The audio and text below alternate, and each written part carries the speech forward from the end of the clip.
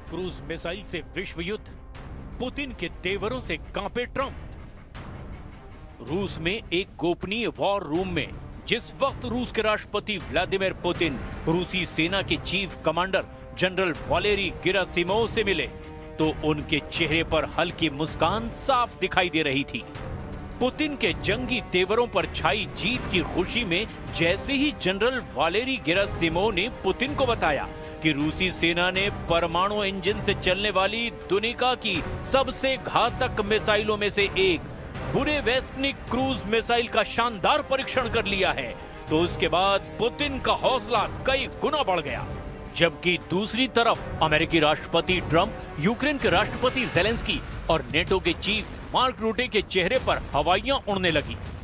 रूस ने परमाणु ऊर्जा से चलने वाली बुरेवेस्टनिक क्रूज मिसाइल को दाग कर दो टूक धमकी दे दी है कि अमेरिका और नेटो की जिद के चक्कर में तीसरा विश्व युद्ध हुआ तो रूसी सेना परमाणु इंजन वाली बुरेवेस्टनिक क्रूज मिसाइल से अमेरिका तक विनाश मचा देगी।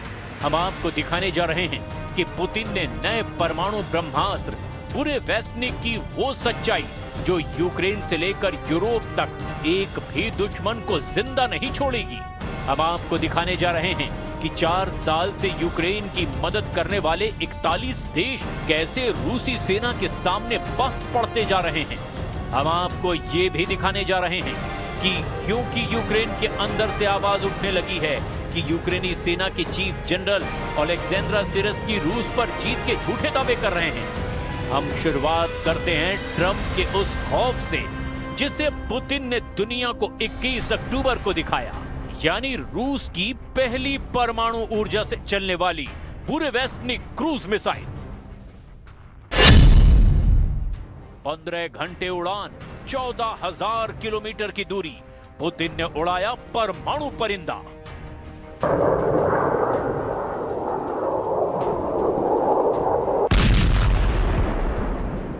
जब दुनिया को लग रहा था कि ट्रंप और पुतिन हंगरी की राजधानी बुडापेस्ट में युद्ध विराम समझौते पर बात कर सकते हैं, ठीक उसी वक्त ट्रंप ने पुतिन को धोखा देकर बातचीत से ही इनकार कर दिया।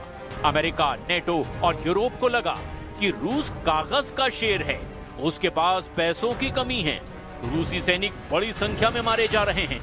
ऐसे में पुतिन को ताकत के दम पर युद्ध रोकने के लिए मजबूर किया जा सकता है। लेकिन जैसे ही पुतिन ने अपने असली जंगी तेवर दिखाने शुरू किए, अमेरिका, यूरोप, नेटो के होश फाख्ता हो गए।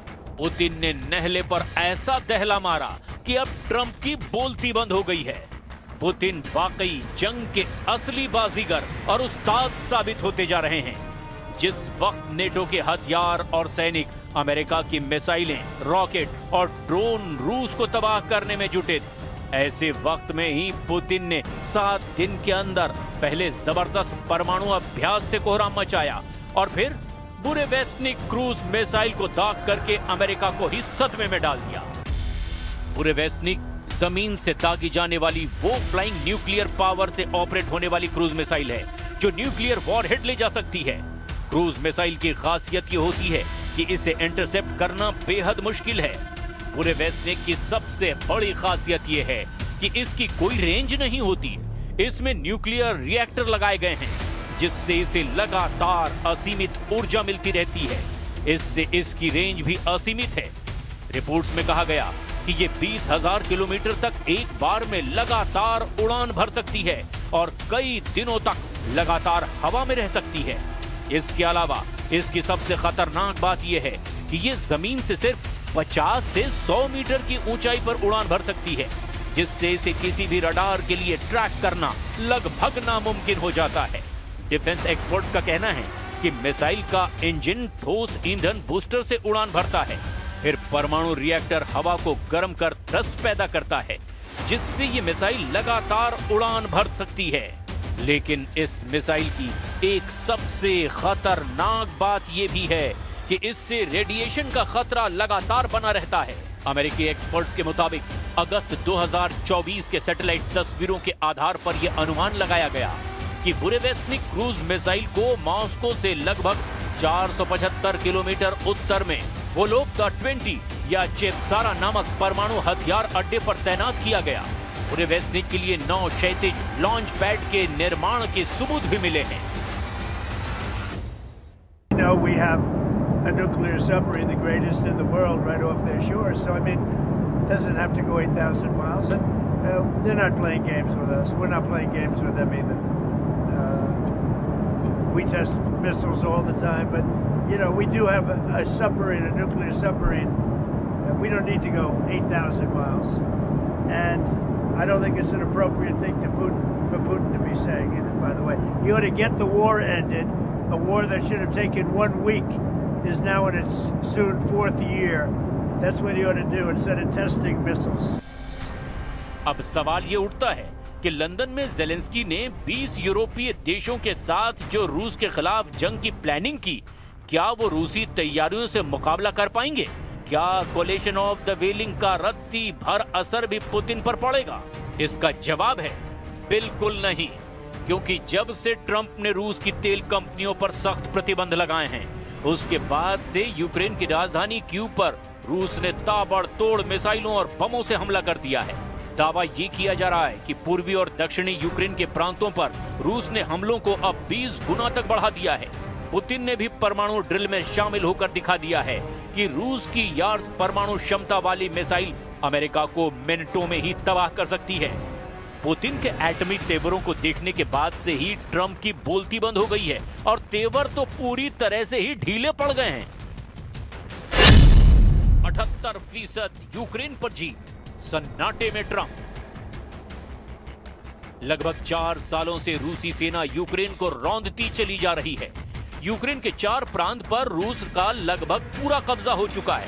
कुल मिलाकर यूक्रेन के 5 प्रांत पुतिन की मुट्ठी में आ गए हैं। लेकिन हैरानी की बात तो यह है कि ट्रंप को अमेरिका का राष्ट्रपति बने हुए 9 महीने से ज्यादा का वक्त हो चुका है, लेकिन अभी तक ट्रंप पुतिन से यूक्रेन की 1 इंच जमीन भी नहीं छुड़वा पाए हैं। हैरानी की बात तो यह भी है कि ये हाल तब है जब यूक्रेन को 41 देशों से सीधी सैन्य सहायता और मदद मिल रही है। इसके बावजूद नेटो और अमेरिका मिलकर रूस को सीज फायर के लिए मजबूर नहीं कर पाए हैं। जब से ट्रंप ने रूस पर सख्त प्रतिबंध लगाए हैं, उसके बाद से तो हालात और ज्यादा खराब हो गए हैं। पुतिन ने परमाणु धमकी और ट्रंप को सीधे चैलेंज जब से दिया है, उसके बाद से ट्रंप भी बयान देने लगे हैं कि रूस से यूक्रेन की जमीन को वापस लेना अब लगभग नामुमकिन है। ट्रंप ने नया प्रस्ताव दिया कि जहां अभी लड़ाई चल रही है, बस वहीं रुक जाए। खबरों के मुताबिक ट्रंप ने ज़ेलेंस्की से डॉनबॉस छोड़ने की अपील की। ट्रंप ने यह भी माना कि डॉनबॉस का 78% हिस्सा रूस के कब्जे में जा चुका है। डोनेस्क और लुहांस्क को सामूहिक रूप से डॉनबॉस कहा जाता है, जहां सबसे ज्यादा युद्ध हो रहा है। रूस पूरे लुहांस्क और डोनेस्क के अधिकांश हिस्से पर कब्जा कर चुका है, जिसमें स्लोवियास्क और क्रामाटोर्स्क शहरों के आसपास के क्षेत्र भी शामिल हैं। खेरसोन और जापोरेजिया के लगभग 75% हिस्से पर भी रूस का नियंत्रण हो गया है। We never discussed it. We think that what they should do is just stop at the lines where they are, the battle lines. You have a battle line right now. The rest is very tough to negotiate. If you're going to say you take this, we take that, you know, there's so many different permutations. So what I say is they should stop right now at the battle lines. Go home, stop killing people, and be done. What do you think should happen with the Donbas region then? Let it be cut the way it is. It's cut up right now. I think 78% of the land is already taken by Russia. You leave it the way it is right now. They can negotiate something later on down the line. But I said cut and stop at the battle line. Go home. Stop fighting. Stop killing people. इधर Washington स्थित centre for strategic and international studies का अनुमान है कि 2,50,000 से ज्यादा रूसी सैनिक और 60,000 से 1 लाख यूक्रेनी सैनिक अब तक मारे गए हैं। इस बीच संयुक्त राष्ट्र ने 10 सितंबर को बताया था कि युद्ध में 1,41,000 से ज्यादा यूक्रेनी नागरिक मारे गए हैं। द मॉस्को टाइम्स के अनुसार इस युद्ध में 620 से ज्यादा रूसी नागरिक भी अपनी जान गंवा चुके हैं। पिछले महीने व्हाइट हाउस में ज़ेलेंस्की और यूरोपीय नेताओं के साथ बैठक के बाद त्रिपक्षीय बैठक की उम्मीद की गई थी, लेकिन रूस के तूफानी हमलों ने सारी उम्मीदों पर पानी फेर दिया है। इधर दूसरी तरफ रूसी रक्षा मंत्रालय ने भी इस साल यूक्रेनी क्षेत्र के 4,714 वर्ग किलोमीटर पर कब्जा करने का दावा किया। वॉशिंगटन स्थित think tank institute for the study of war यानी ISW का अनुमान है कि रूसी दावों का वास्तविक आंकड़ा 3434 वर्ग किलोमीटर के करीब है। रूस कब्जे का ज्यादा इलाका बता रहा है। खबर यह है कि 25 से 29 सितंबर के बीच रूसी सेनाओं ने निप्रोपेट्रोव्स्क में कलिनोवस्कोय और स्टेपोवॉय और डोनेट्स्क के डेरिलोवो, मेस्कोय, सेंड्रिगोलोवो और किरोवस्क पर कब्जा करने का दावा किया। रूस की सेना ने सितंबर में यूक्रेन के 447 वर्ग किलोमीटर यानी 172.6 वर्ग मील क्षेत्र पर कब्जा कर लिया। अमेरिका स्थित युद्ध अध्ययन संस्थान के विश्लेषण से यह पता चला कि जुलाई में 634 वर्ग किलोमीटर इलाके पर कब्जा करने के बाद से ये गति धीमी हो रही है। अब ऐसे हालात में अगर पुतिन आर पार की जंग करने के लिए रूसी परमाणु परिंदे बुरे वेस्टनिक क्रूज मिसाइल को जंग में उतार देते हैं तो यकीन मानिए यूरोप से लेकर अमेरिका तक एक भी रूसी दुश्मन जिंदा नहीं बचेगा।